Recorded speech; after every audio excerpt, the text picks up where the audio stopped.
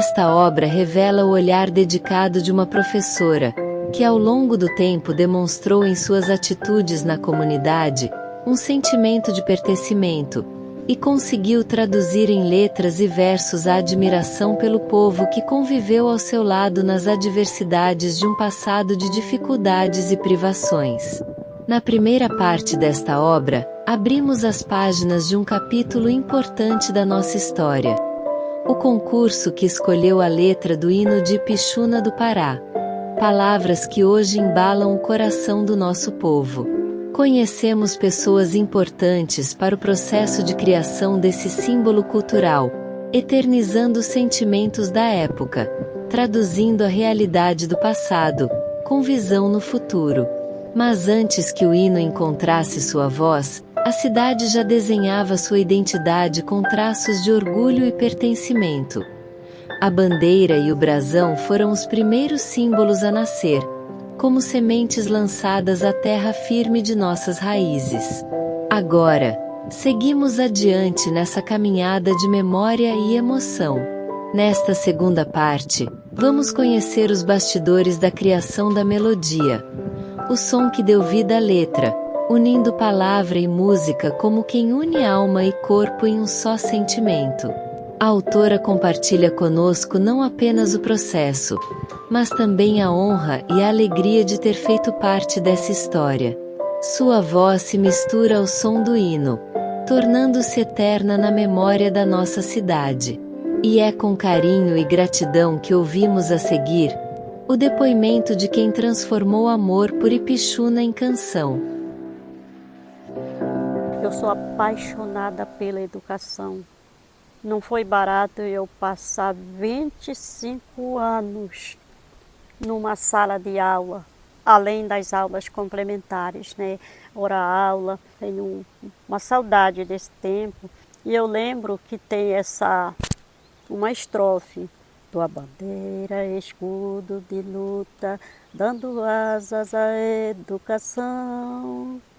Eu só digo o primeiro e o segundo, tá? Muito, muito bonito, aquilo me empolga. Mas por que me empolga? Porque eu não cruzei os braços diante das dificuldades, diante dos obstáculos surgidos. Na sala de aula teve choro, teve constrangimento, assim, que a gente, quando é funcionária, é chamado a atenção. E teve muitas coisas que passaram, mas tudo valeu a minha luta na educação, porque eu tenho contribuição na educação. Eu acho que eu combati o bom combate na educação. E esse hino fala também na educação. Eu vou me retratar sobre, em alguns estrofes aqui, apareceram palavras diferentes quando eu cantei, né? Então, eu cantei numa das estrofes, dando asas à educação, né? Mas não ficou asas. Foi para a ordem, dando ordem à educação. E outra palavra que apareceu aqui foi povão também. Esse hino ficou rodando aí muito tempo, povão, povão. E eu recebi a ligação de todo lado. Era de Irituia, era de Paragominas. Os professores que trabalham já aqui, né? Então, não é povão, foi corrigido, tá? Torrão. Torrão porque vem de terra, né? Vem de chão. E pronto, era isso que eu queria dizer. Foi cantado diferente agora, mas não é. O certo é dando ordem à educação e também torrão, tá bom? Eu não posso nem dizer me acostumei porque eu fui cantar agora e cantei asas. Mas não me incomodou não, ele teve a liberdade dele. Eu deixei ele usar a liberdade dele, ele me ajudou. Ele me ajudou, tá? Me ajudou muito e fez também, né?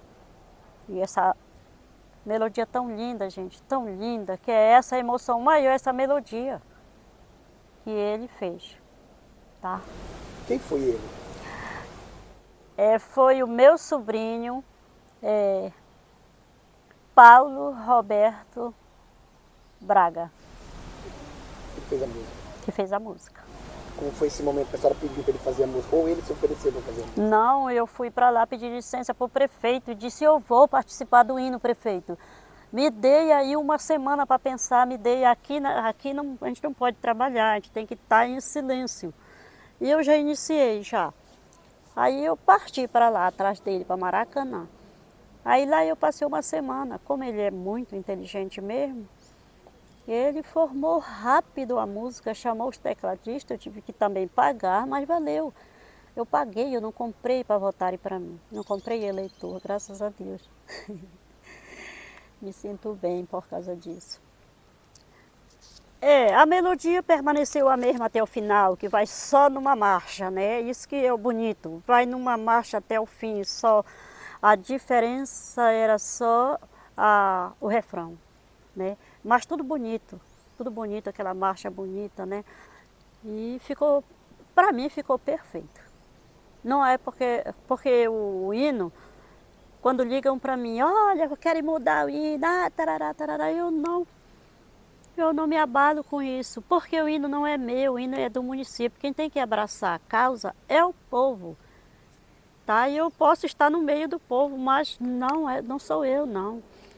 É porque foi tanto regulamento, tantos trâmites legais para poder criar o hino não foi inventado, foi criado, teve a criação do hino.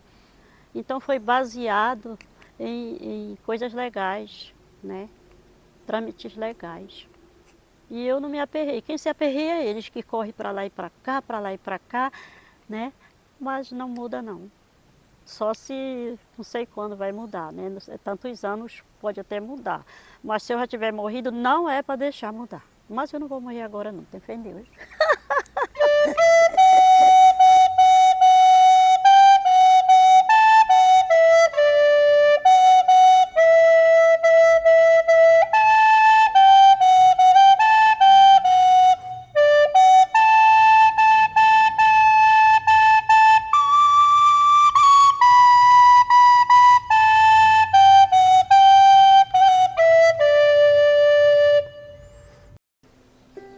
Olha, esse tema, eu me sinto tão bem, gratificada, muito gratificada por tudo isso que eu presenciei nessas estrofes, porque a história ela não pode ser inventada, a história deve ser construída e foi o que eu vivi.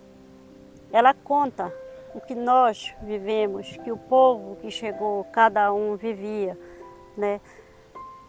E nem só eu sinto esse orgulho, essa alegria, como com certeza minha família. Essa família que eu falo, meus filhos, netos e até bisnetos. Porque é uma história que vai ficar que nem a história do Brasil, a história de qualquer país. Por quê? Porque esse Pedro Álvares Cabral, que disseram que ele descobriu o Brasil, quem conheceu Pedro Álvares Cabral? Mas essa história é passada de geração em geração. Ela não pode ficar só no Pedro Álvares Cabral. Tem muita coisa que a gente deve trazer dele para cá, para a nossa realidade. Tudo que aconteceu, que hoje tem coisa que acontece. A nossa história não pode se resumir só na história de Dom Pedro I, que deu aquele grito de independência ou morte em 1822. Aquela brigarada toda com o pai dele, e o pai dele dizia, fica no Brasil, essa coroa é tua, tarará, tarará, Dom João VI, né? A história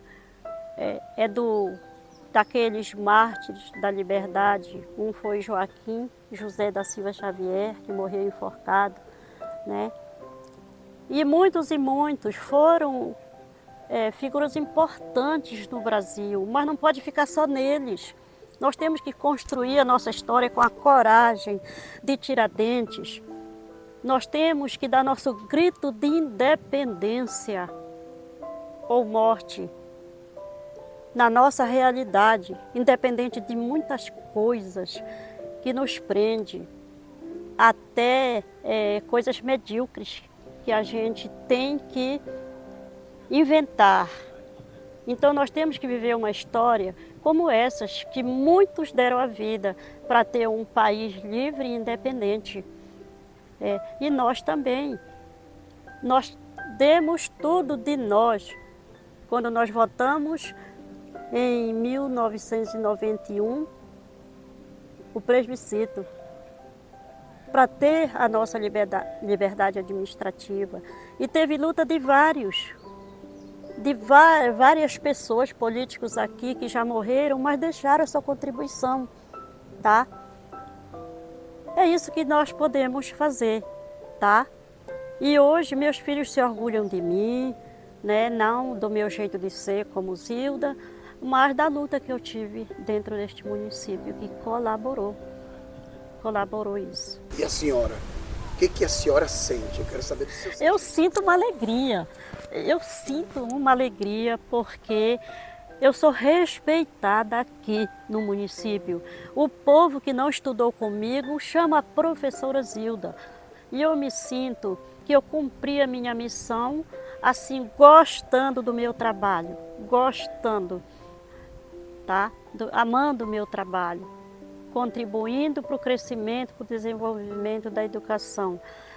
Eu me sinto, como eu tenho dito para minhas filhas, para o meu filho, eu me sinto feliz, eu me sinto realizada na educação. Por quê?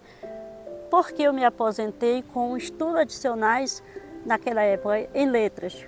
Não dizia nem em letras, dizia em português. Mas depois eu ir com a continuidade, eu fui me graduando. Depois de aposentada, fiz 2 faculdades. Uma graduação de pedagogia e fiz uma pós-graduação em gestão e orientação educacional. Então, por que eu vou me queixar da vida? Foi com o meu trabalho que eu ajudei a criar meus filhos, ajudei a manter o curso para eles até para fora do município, para hoje eles estarem se mantendo com sua profissão que escolheram. E não eu disse, tu vais ser professor, tu vais ser professora. Não, cada um teve a sua liberdade para escolher o que quer.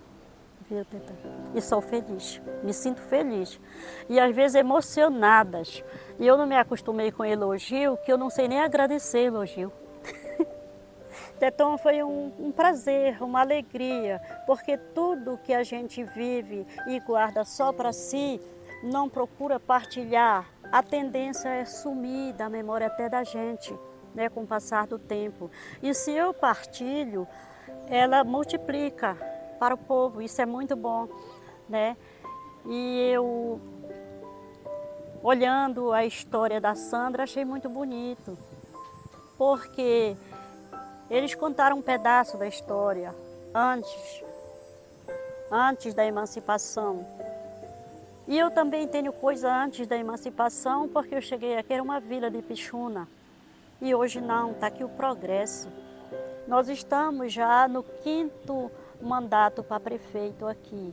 Então, a gente deve se sentir orgulhosa, porque não está mais como eu cheguei aqui, pisando lama, ir para a escola por cima de lama, ir para a igreja por cima de lama, lameiro.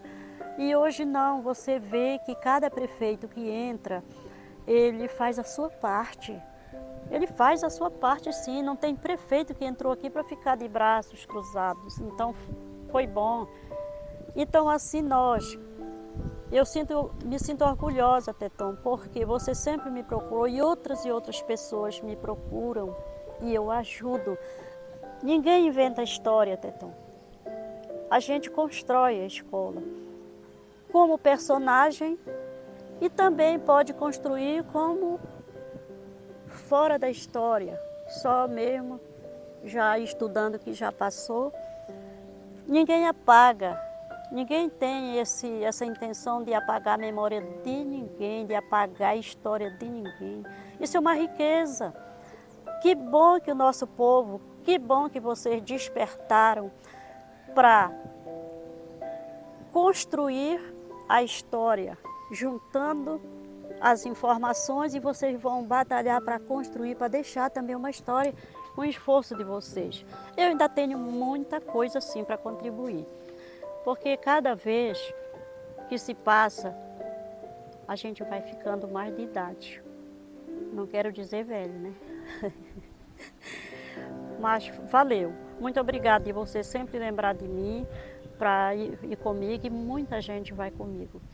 E eu não tenho muito tempo, mas tirei o tempo, tá? Obrigada.